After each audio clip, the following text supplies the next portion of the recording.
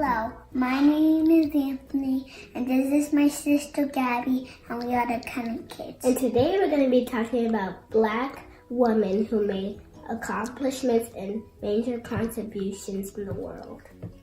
And I am the Cunning mom in the background. And for Black History Month, we're going to be highlighting several African Americans that have had major accomplishments in society. And we're going to be doing a series of videos throughout the month. And as Gabby mentioned, we're going to be starting with some African American women. Yes. So now we're going to talk about Ruby Bridges. And I love this story. So Ruby Bridges.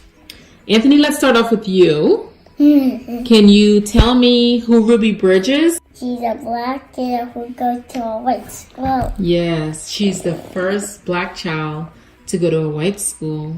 Excellent. So now we're going to go to Gabby. Gabby, can you tell us who Ruby Bridges was? The first African American child that attended to a white school. Excellent. Ruby Bridges was born on a farm with her parents and her grandparents. At the age of 4, they moved to New Orleans for a better life. Where did they move from? Mississippi. When Ruby Bridges was in kindergarten, she had to take a test. It was a very hard test to get. It was a test to get inside school, but it was a very hard test. Why was the test so hard? So they couldn't get into the all-white school. Yeah, they made the test very hard so that the African American children would fail the test, right? So they were trying to discourage them. They're trying to prolong segregation. That's why they made the test so hard. But that's not fair.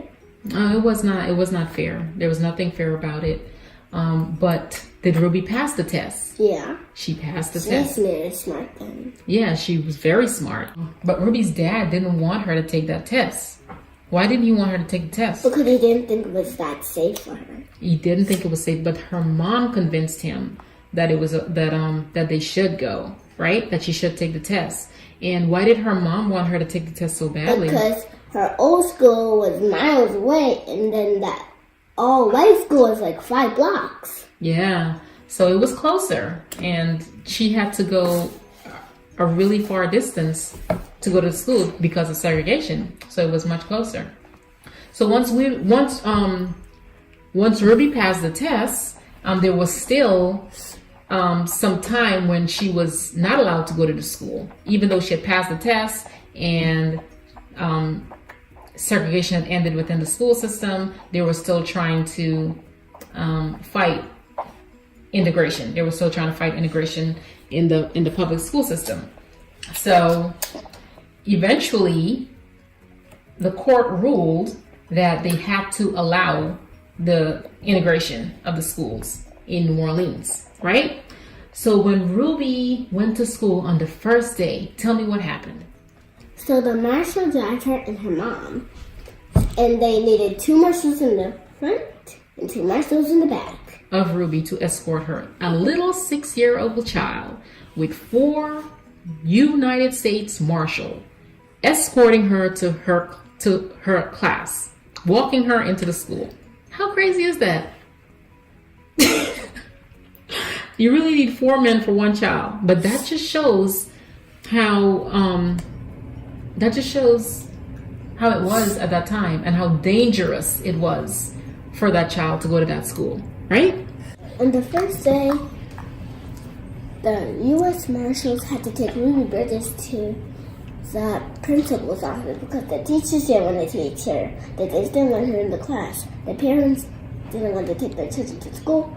And also the U.S. Marshals had to walk her down the hall to the bathroom because it was that dangerous for her. And she couldn't go to recess, and she couldn't go to the cafeteria. And she was there for all day for the whole week. And then one thing changed. What changed? A teacher said, "I'll teach Ruby," and her name was Miss Henry. Miss Henry. Miss Henry is amazing. So what did Miss Henry do? She taught Ruby Bridges. And was she Were the other students in Mrs. Henry's class? No. Ruby was the only student. So I gotta say, Ruby got some one-on-one attention. Yeah, because she's only one. Yeah, and I'm sure that helped to make her a whole lot smarter. If you have one teacher teaching you, you get all the attention.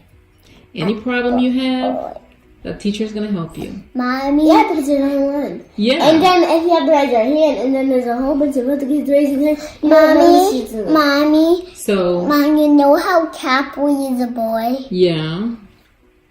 Tell me how. Anthony, okay, we're talking about Ruby Bridges right I now. know how Capway is a boy. How is Catboy Boy? Because when it's almost at the end, they an boy at it. See, Capway.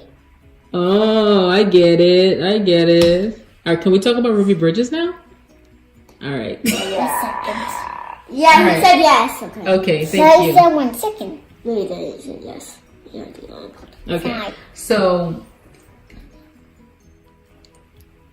so we see that Mrs. Henry was a great help to Ruby during that time, and I'm sure she helped to make her transition in that school a lot easier, right? So who else helped Ruby? Her mom. Her mom. Her mom told her to pray every time when she walked into the classroom. Every time she walked Okay. into that school. And every time she walks out. Yes. To school. Yeah, and that encouraged Ruby, and it gave her strength and it gave her courage to just to stay strong when she goes into that school, right? So, what is significant about Ruby? She was strong. She was courageous. She was really super brave. When those people were mocking her, insulting her. My God, yes, you said that. You said that, Gabby. One thing I want to mention. This is the last thing I want to mention. Several years later, the federal marshal, one of her escorts, his name is Charles Burks, and he commented with pride, and he said that Ruby showed a lot of courage. She never cried or whimpered, Burks said. She just marched along like a little soldier. So what do we say to Ruby Bridges? We salute you, Ruby Bridges! Great. Thanks for watching part 1 of this video. And please subscribe to our channel. Goodbye!